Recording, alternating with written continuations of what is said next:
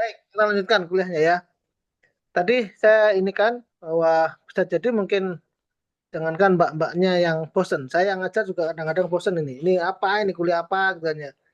Tapi kemudian saya berpikir, ketika semakin saya membaca ini, ternyata terus kemudian saya ini kan seringnya kan di rumah dengan istri. Ya. Ternyata jadi gini, eh memang ini salah satu mata kuliah wajib ya di S2, S3 di Indonesia, terutama di kampus-kampus negeri. Saya berpikir betapa ini kan ibarat kata emang ini dari sebelum-sebelumnya dan emang kalau dilihat materi-materinya membosankan, tapi ini sesuatu yang sepertinya memang harus terus diingatkan.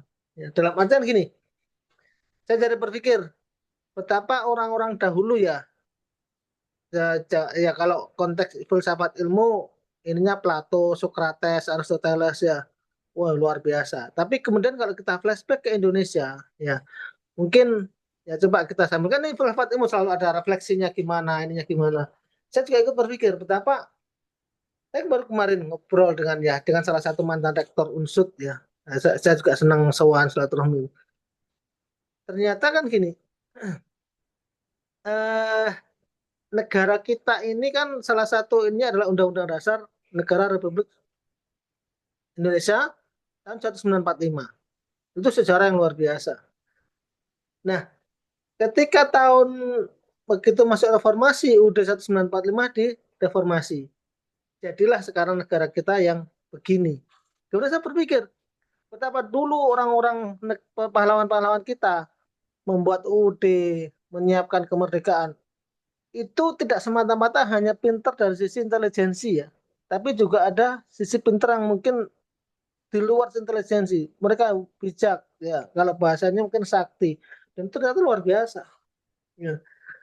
Sehingga sekarang ada wacana beberapa beberapa tokoh ya, ya Indonesia harus kalau pengen ini kembali ke UUD 1945, bukan UUD yang di amandemen. Kemudian ke ini filsafat ilmu, mungkin Mas, Mbaknya, Bapak Ibu yang ada di sini, mungkin sekarang merasakan ini banyak kan udah pada kerja, ya. Mungkin ketika mendapati tenaga-tenaga kerja baru, SDM-SDM baru, itu kan terus kemudian oh kok kan ini sekarang begini ya, ini sebetulnya.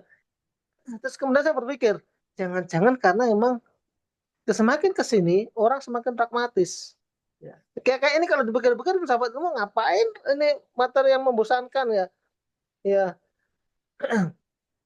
nggak penting ya. Tapi ternyata apa? Salah satu tabiat karakter orang Indonesia apa? Harus selalu diingatkan. Nah, sehingga apa? Saat ini salah satu masalah yang kita hadapi, ya baik itu di dunia kampus, mungkin di dunia kerja, di ada apa? Kita sering mendapati generasi sekarang atau kebanyakan orang-orang di sekitar kita memiliki integritas yang kurang. Nah, bisa jadi integritasnya kurang. Kenapa? Karena ya mikirnya pragmatis, simple, ya tidak berpikir panjang. Nah, dengan filsafat ilmu kita di ini ya harapannya ketika kita mikir satu pasti ada ini, kenapa itu, kenapa ini. Nah, sehingga kemudian ketika kita mengambil keputusan, keputusannya tidak sporadis, tidak hanya apa yang tampak di mata, tapi kita oh ini ada ini loh, ya pendahulunya begini, gitu. Ya, cuma dari keterangan sejarah ya, terutama sejarah itu penting sekali ya. Eh, dan gini, kita ya kan dikaitkan secara ilmu dan manusia berpikir ya.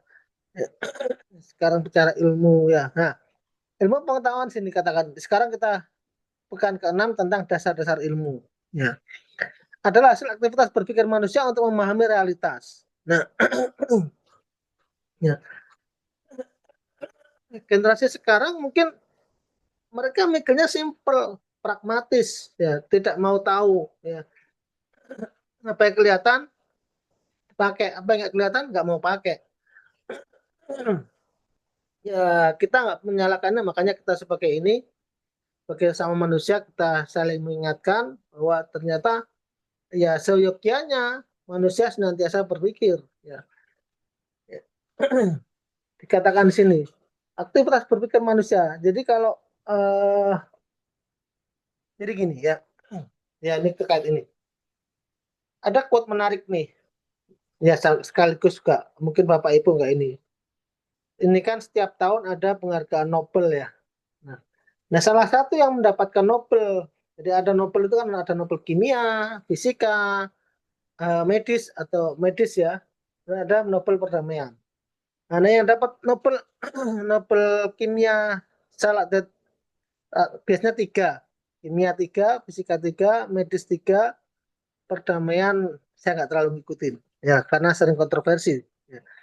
Nah, ya salah satu yang mendapatkan Nobel kimia tahun ini yang baru diumumkan ada namanya Omar, tengahnya siapa? Omar Hagi. Dia ilmuwan Amerika, ya. Ternyata beliau adalah pengungsi Palestina. Nah, ketika kemudian beliau mendapatkan Nobel, dia mengatakan bahwa yang membuat saya bisa seperti sekarang adalah ilmu pengetahuan.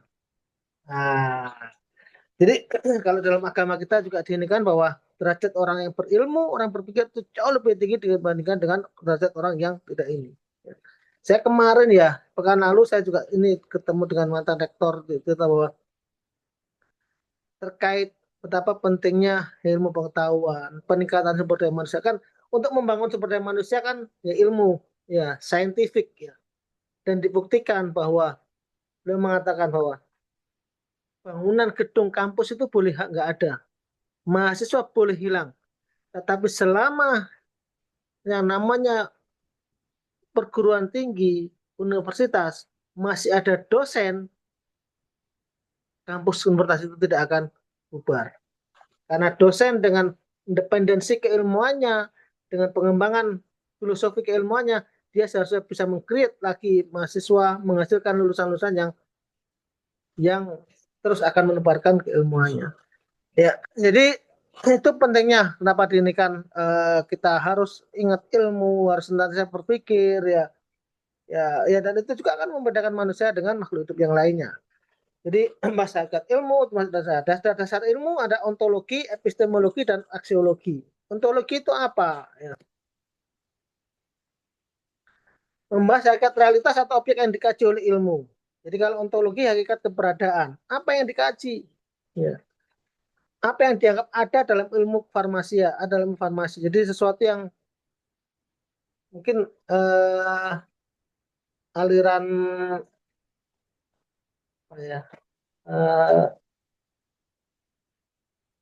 fisika ya, fisik ya, sesuatu yang bisa diamatin ya, keberadaan dan realistis ya. Ya. Sehingga ya tadi ilmu sesuatu yang ontologi ya dasar ilmu sesuatu yang bisa dikaji, sesuatu yang bisa diamatin. Ya. Kalau dikaitkan dengan farmasi, apa itu obat? Ya. Apa itu obat? Mudah-mudahan masih pada ingat ya. Dengan logonya cawan, ada bisa itu ada maknanya itu obat. Kemudian bagaimana kita mendefinisikan penyakit? Ya, obat ada karena ada penyakit. Penyakit ada kenapa? Karena kira-kira kenapa? Kenapa kok ada penyakit? Halo? Kenapa kok ada penyakit? Gimana Mbak Putu? Kenapa kok ada penyakit?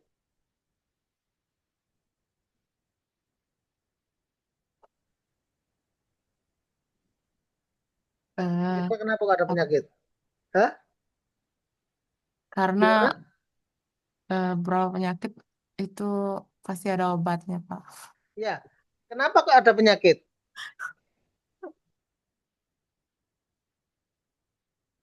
Hmm? Ayo, Mbak Prima yang di rumah sakit. Kenapa kok ada penyakit? Yang bikin penyakit itu siapa?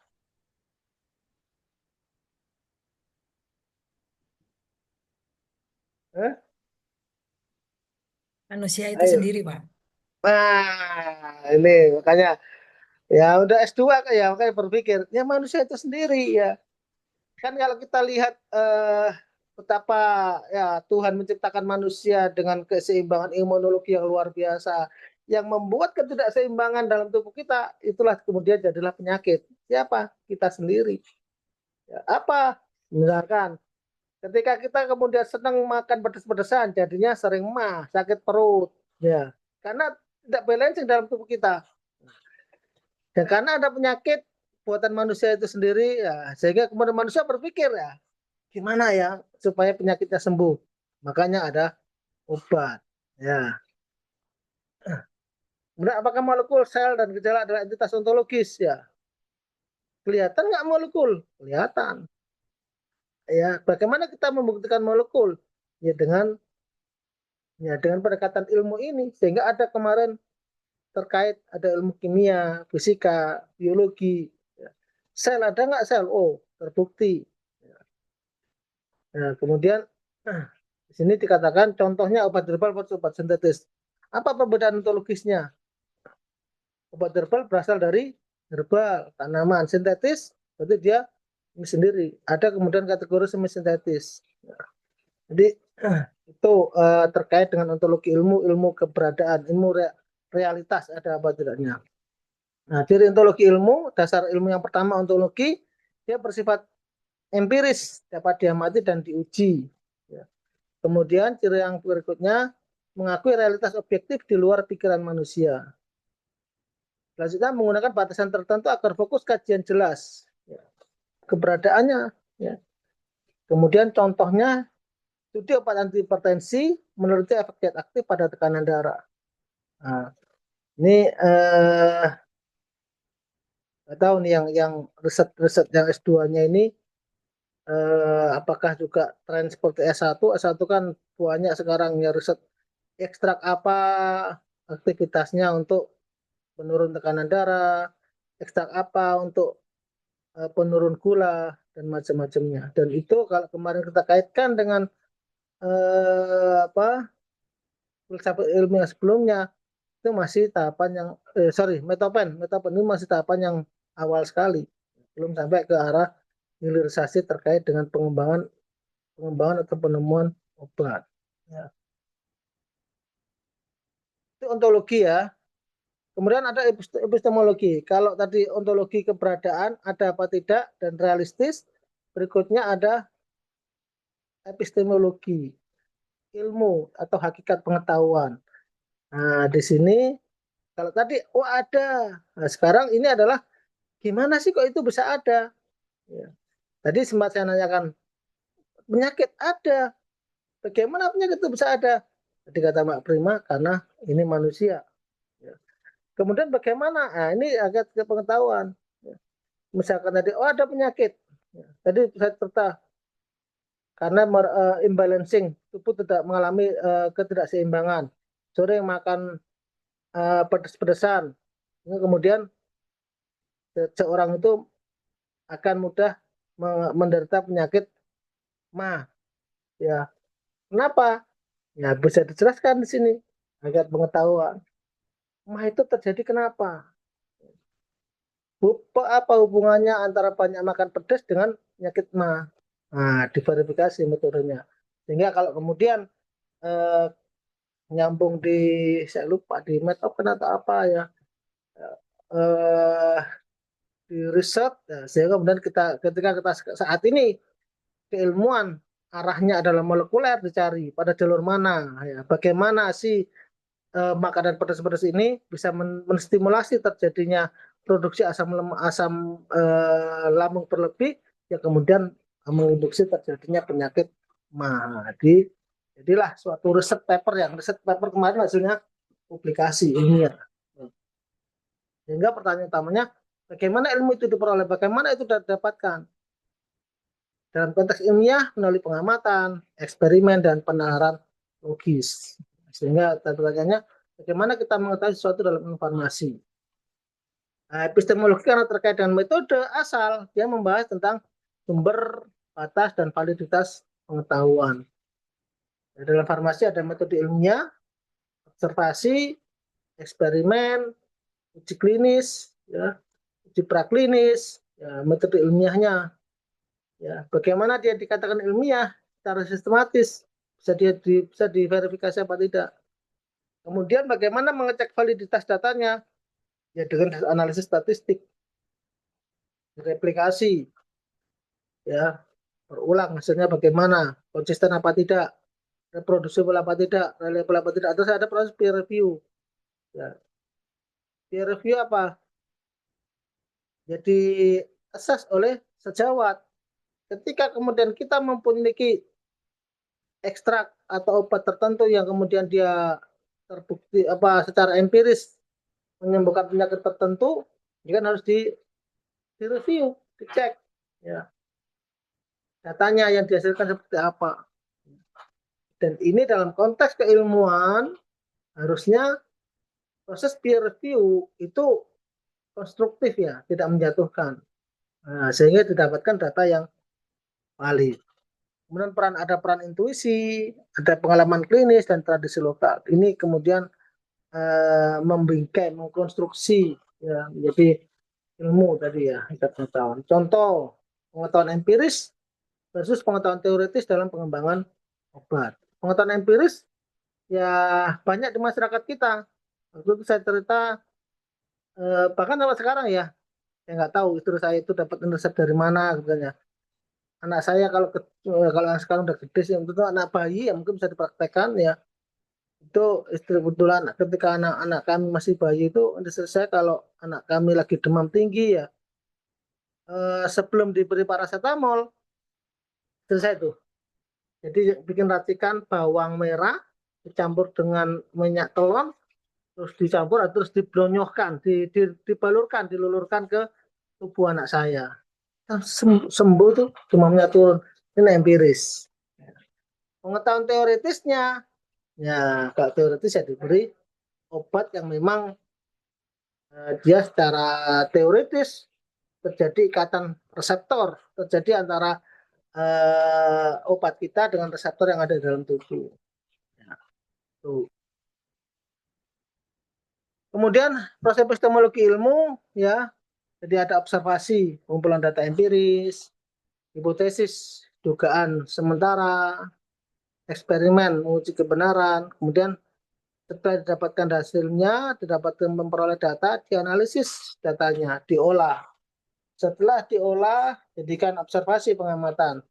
Ya. Kemudian kita melakukan hipotesis, dapat data, eh, katakan latar belakang, terus dihipotesiskan, terus dieksperimen, diuji. Ya. Setelah didapatkan hasilnya kan dianalisis, hasilnya seperti apa datanya. Setelah dianalisis data, ditarik kesimpulan. Kemudian adalah teori ilmiah. Sebenarnya contoh aktivitas antioksidan ekstrak tanaman obat. Sekarang kita punya sampel ekstrak apa, ya, secara empiris banyak digunakan oleh masyarakat dan di situ diindikasikan mengandung banyak antioksidan ya, dikonfirmasi benar nggak di sana ada antioksidannya. Kemudian metode ilmiah dalam epistemologinya, proses epistemologi, kemudian metode ilmiahnya apa? Rasionalitas, berpikir logis dan konsisten. Ya, jadi rasio, ya, logiknya seperti apa dan konsisten. Makanya eh, nanti nggak tahu nih saya nggak ngecek lagi proposalnya udah sampai mana ya waktu itu Mbak yang tak kan ya, itu kan dalam menulis kan harus logik ya, benar harus konsisten ya karena kita bicara ini adalah scientific ya, scientific keilmuan pengetahuan kita harus mencari keteraturannya ya. Makanya kalau saya ingat dulu ketika saya S1 ya saya satu kosan dengan mahasiswa matematika waktu itu, matematika MIPA. Ya, ternyata di antara kesulitan matematika adalah apa? Mencari ketidakteraturan dari keteraturan. Kan matematika kan rumus-rumus kan. Nah, ketika ada yang nggak teratur, nah, kemudian terpecahkan masalahnya. Nah, maka dan dalam konteks keilmuan rasionalitas harus berpikir secara logik dan konsisten. Kenapa? Ya kita harus mencari tren ya karena ya tadi kita riset ilmu ini. Oke, oke, monggo. Amelia.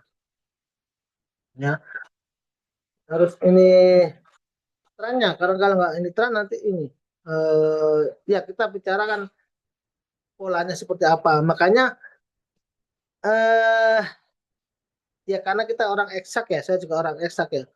Ternyata memang lebih karena kita udah terbiasa mikir eksak ya. Ternyata memang menghadapi masalah eksak itu ternyata lebih logis, lebih eh ya taktis ya dibandingkan dengan masalah sosial.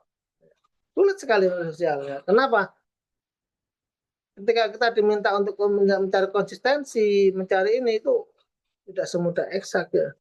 Padahal kalau kita bicara keilmuan, kita harus ada itu logical konsistensi ya. Makanya kan kemudian ada beberapa istilah dari teman-teman sosial itu kan ya.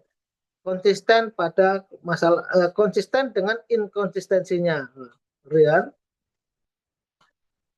rasionalitas, objektivitas objektif tidak dipengaruhi oleh subjektivitas peneliti. Kemarin dari ini kan bahwa yang namanya objektif siapapun mengatakan valid ya. Misalkan nih objektif itu harga obat di Purwokerto murah. Siapa yang mengatakan? Si A. Tapi menurut si B mahal. Nah, berarti tidak nggak objektif. Tapi kemudian kalau si A, si B, si C, si D, si E mengatakan obatnya murah, berarti tidak dikatakan ya objektif. Ya.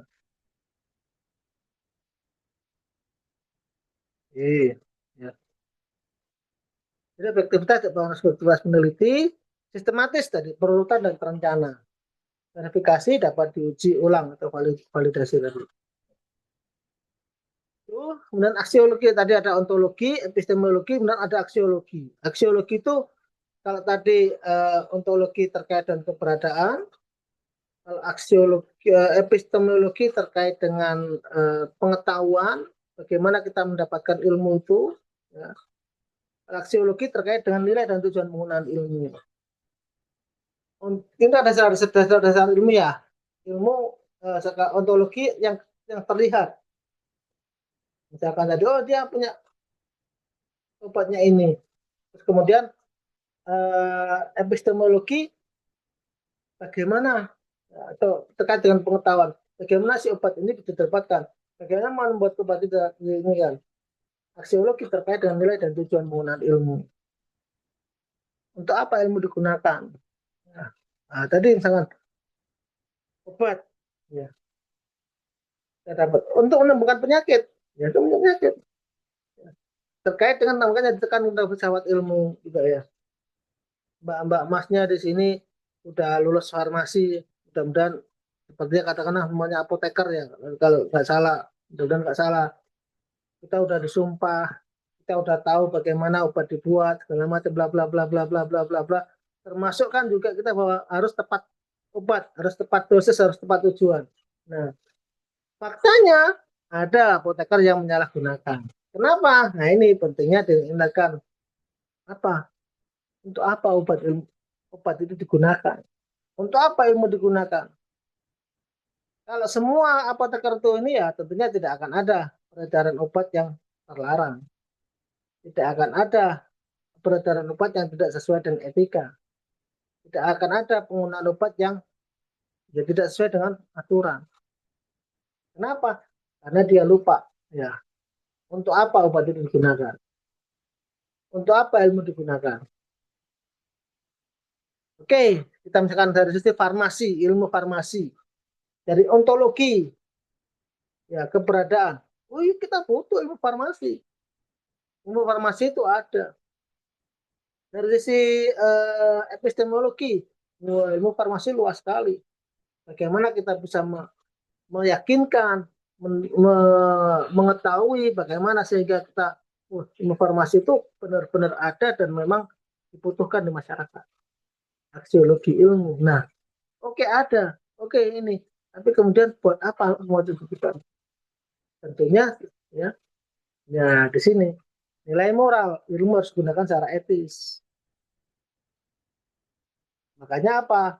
Kita diajarin farmasi, kita belajar dari A sampai Z farmasi obat-obatan, belajar dari hulu sampai hilir obat-obatan. Nah, kemudian kita disumpah. Kenapa? Ilmu farmasi kita harus digunakan secara etis. Kalau kita bikin tablet amfetamin, tablet atau sabu-sabu itu kan biayanya murah sekali. Ya. Dan kita punya ilmunya, tapi kita punya ilmu moral. Kemudian kita juga ada terkait dengan aksiologi ilmu, ada nilai pragmatis. Itu apa? Ilmu kita harus memberikan manfaat bagi kehidupan manusia. Dan ini sejalan. Ya, kalau di dalam konteks ya surga itu indah. Tapi kalau kemudian kita sendirian di surga ya nggak akan ramai, nggak akan seru. Sama misalkan sekarang mbak-mbak masnya kemarin ya, oh sorry, bukan seneng nonton apa, tapi kalau sendirian kan nggak seru. Tapi kalau kan nonton dengan saudaranya, dengan pasangannya, dengan ini kan lebih ramai. Jadi ilmu harus memberi manfaat bagi kehidupan manusia. Ya. Sehingga jelas untuk apa ilmu digunakan. Ada isi moral, ada isi pragmatisme, dan apa nilai dan tujuan dari ilmu farmasi. Sangat mulia sekali ya. Jadi aksiologi membahas nilai-nilai yang mendasari dan mengarahkan ilmu itu. Ya, dalam farmasi, ya, untuk terkait dengan aksiologi ilmu, ya, nilai dan tujuan penggunaan ilmu harus selalu disertai dengan etika penelitian dan pengujian obat. Keadilan dalam distribusi obat, kemudian tanggung jawab sosial ilmuwan farmasi. Ingat ya, kan kita udah didoktrin berkali-kali dan diingatkan bahwa ketika kita membuat obat, dan filosofi obat itu adalah racun kan, toksin sebenarnya. Makanya kalau kita mendevelop obat baru, drug discovery, drug development, selain ada uji efikasi, juga ada uji toksisitas. Ya enggak? Dan semakin kuat potensi suatu obat, biasanya apa? Toksisitasnya juga semakin tinggi. Nah, ini kan, ini kalau nggak farmasi, mereka tahunya ini bagus apa enggak? Ini apa ini enggak? Ya, ini ada tanggung jawab sosial ilmuwan farmasi.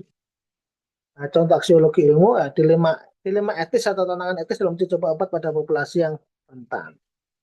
Populasi yang rentan masih populasi yang sensitif. Misalkan nih, kita lagi develop ya, misalkan kayak kemarin ya, kita lagi develop ketika kasus COVID kemarin, kita lagi coba mengembangkan obat untuk COVID ya. Tapi kemudian ya, ketika kondisi COVID ya, kan pada panik tuh, ya, bisa sembuh apa enggak? Ini kan ada dilema etis. Jangan-jangan obatku malah membuat parah. Jangan-jangan, nah, itu. Aksiologi dalam farmasi, ya, jadi selain kemanusiaan, obat juga untuk meningkatkan kualitas hidup. Bagaimana meningkatkan kualitas hidup? Ya, karena gini tadi, penyakit ada karena ada manusia. Ketika kemudian homeostasis manusia itu mengalami ketidakseimbangan, terjadilah penyakit. Ketika seseorang manusia mengalami sakit, apa yang terjadi? Ya bisa ngapa-ngapain, ya enggak? Makanya kemarin ketika COVID, COVID itu kan pukulan itu, kayak warning, big, big, big hit ya, big kick ya, big punch terhadap dunia, ya. Dan terbukti, ketika kondisi kita sakit, kita nggak bisa ngapa-ngapain. Nah, ini juga misalnya mbak-mbak masnya kerja, ternyata misalnya kerjanya over pressure, ya harus bawa kesehatan nomor satu. Kalau kita nggak bisa, udah sampai katakanlah kalau bahasa temen, kalau sampai dekompensasi organ, wah luar biasa ngeri. Begitu kita sakit kan kita pengen pengen sembuh, pengen ini ya sini meningkatkan kualitas hidup. Kenapa kalau sakit kita nggak bisa ngapa-ngapain, kualitas hidup kita akan semakin turun. Nah, dengan pengembangan obat di antara tujuannya juga adalah untuk meningkatkan kualitas hidup. Sehingga aksiologi ini ada etika penelitian pada hewan dan manusia, penggunaan informasi untuk kemaslahatan. Ya. Kemaslahatan itu untuk kepentingan, untuk kemuliaan bersama, bukan sekedar keuntungan. Nah, ini ya. Saya juga ngajar farmasi industri ya. Ini dengan wah, eh, ya, obat itu makanya sampai sekarang juga farmasi di Indonesia di persimpangan jalan. Persimpangan jalan gimana?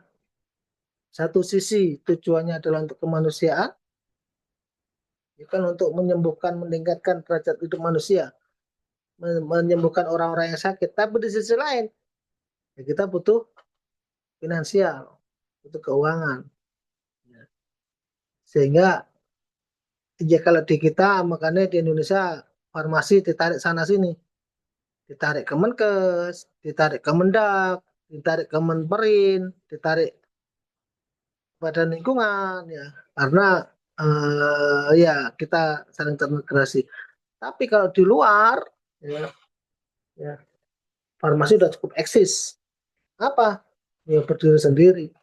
Jadi kalau di luar itu, ya, sehingga ya ada kemaslahatan, tapi juga kita bicara keuntungan. Jadi proporsional di sana. Kemudian aksiologi dalam farmasi, farmasis atau apoteker sebagai ilmuwan dan pelayan kemanusiaan. Ya, kan kalau dalam sekarang farmasi ada 10 star farmasi ya. Ya, long life learner, belajar sepanjang hayat dan pelayan kemanusiaan. Nah, ini hubungan ontologi, epistemologi dan aksiologi, ya. Ontologi apa yang dikaji dari objek ilmu, ada apa tidak ada dari keberadaan. Epistemologi bagaimana ilmu itu diperoleh, metode ilmiah.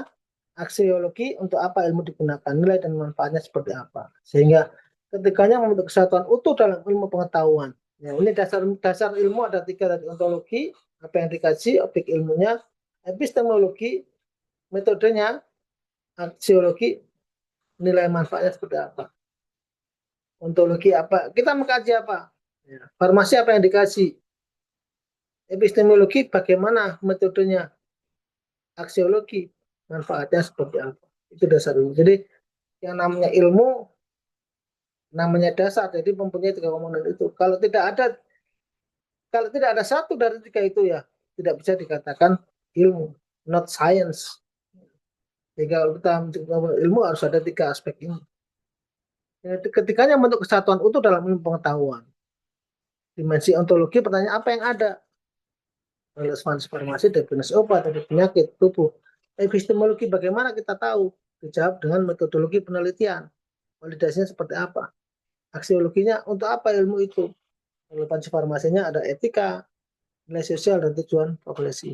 Jadi diingat bahwa nanti kalau udah lulus, ya, publikasi atau apa, ingat kita mau menghasilkan ilmu apa tidak. Ya. Kalau menghasilkan ilmu, ya kita harus senantiasa ya, konteks ini.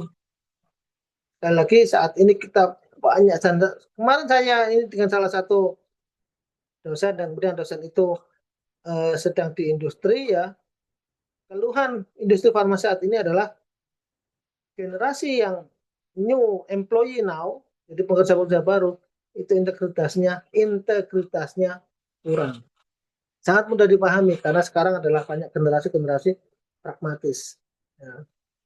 Nah, dengan filsafat ilmu harapannya setelah lulus nanti mbak-mbak masnya selalu ingat bahwa ilmu nggak bisa berdiri sendiri, ilmu itu terkait dengan apa yang dikaji, metodenya bagaimana, dan manfaatnya bagaimana.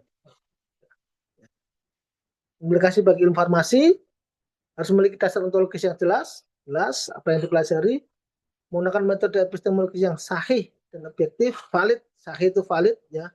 Siapapun yang melakukan hasilnya akan sama, reliable, reproducible, akurat. Kemudian ada manfaatnya, juga memperhatikan etika dan safety-nya juga ada.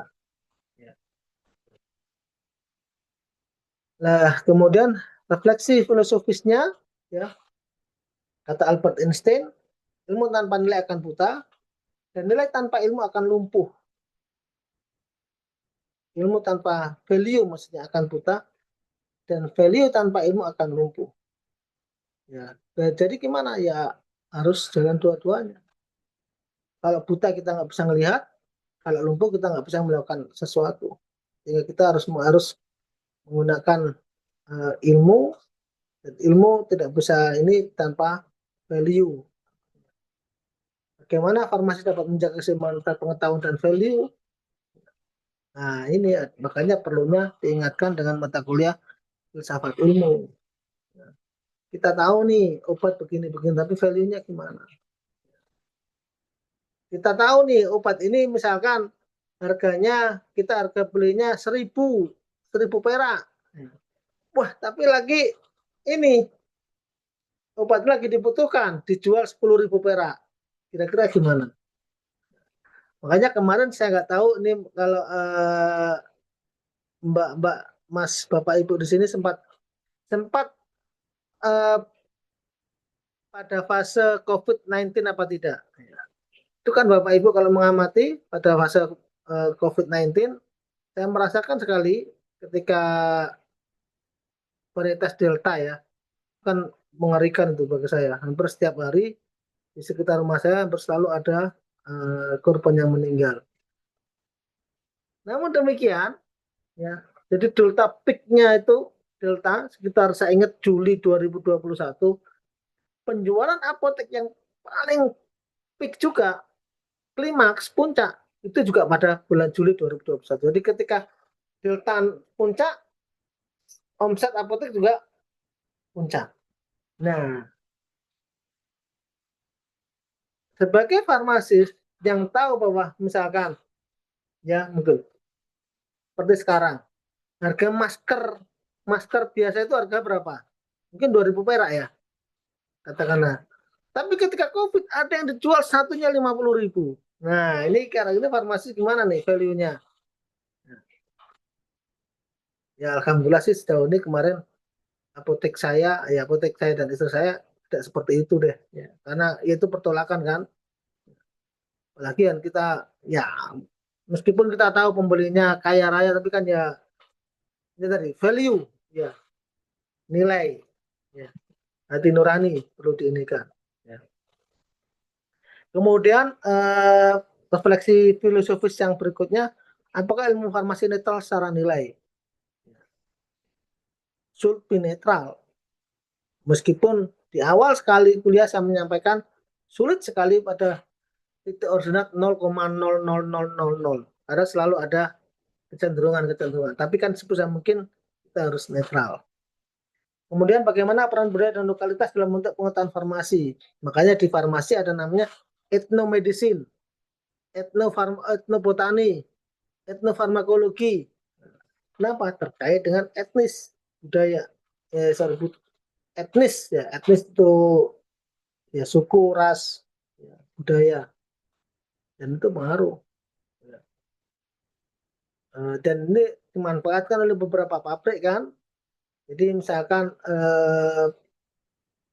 pabrik Pfizer itu pusatnya di Amerika lah. Produk-produknya tidak akan sama antara Pfizer di Indonesia dengan Pfizer di Belanda.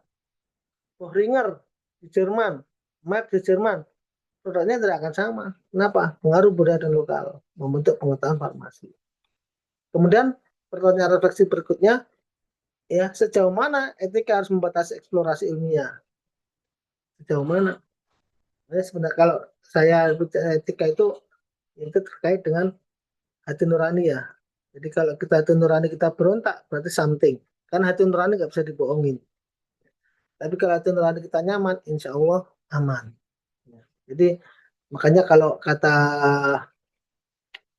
ya filosof-filosof atau alim ulama atau orang-orang yang punya spiritualitas tinggi selalu mengatakan ya tanyakan kepada hati nurani.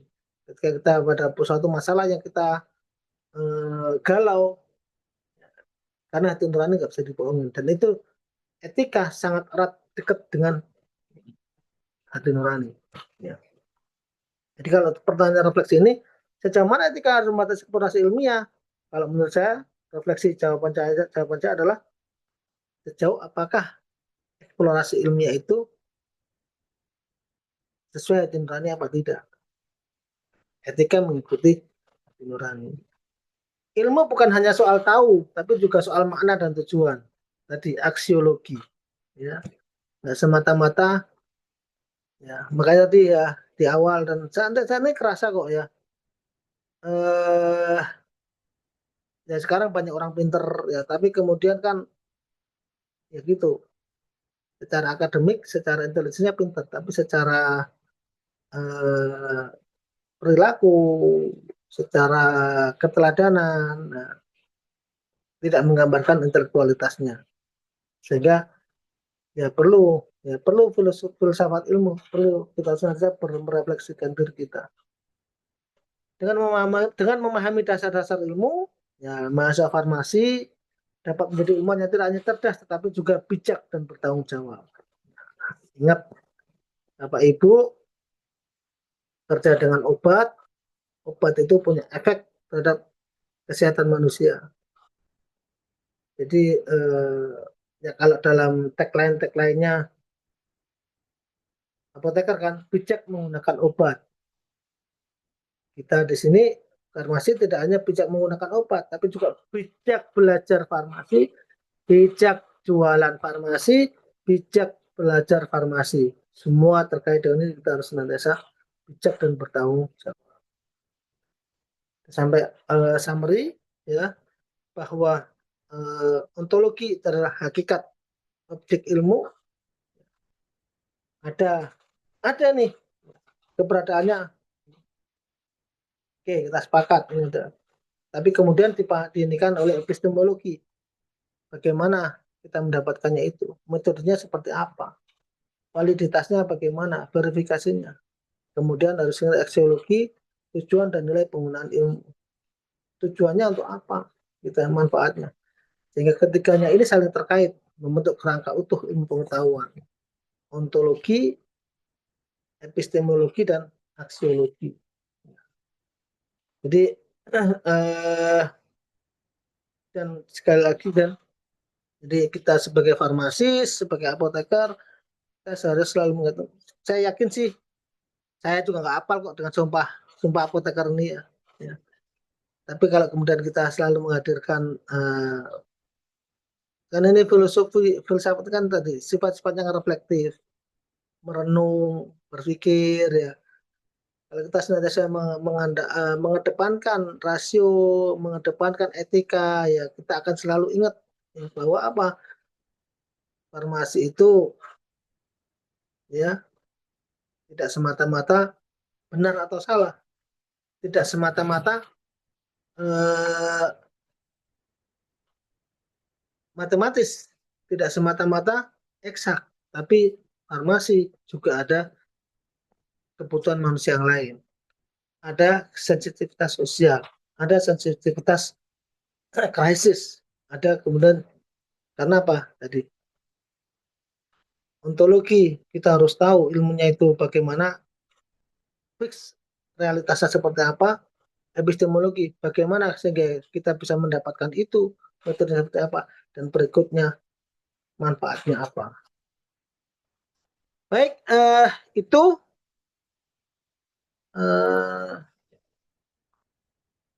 silahkan kalau ada yang mau didiskusikan.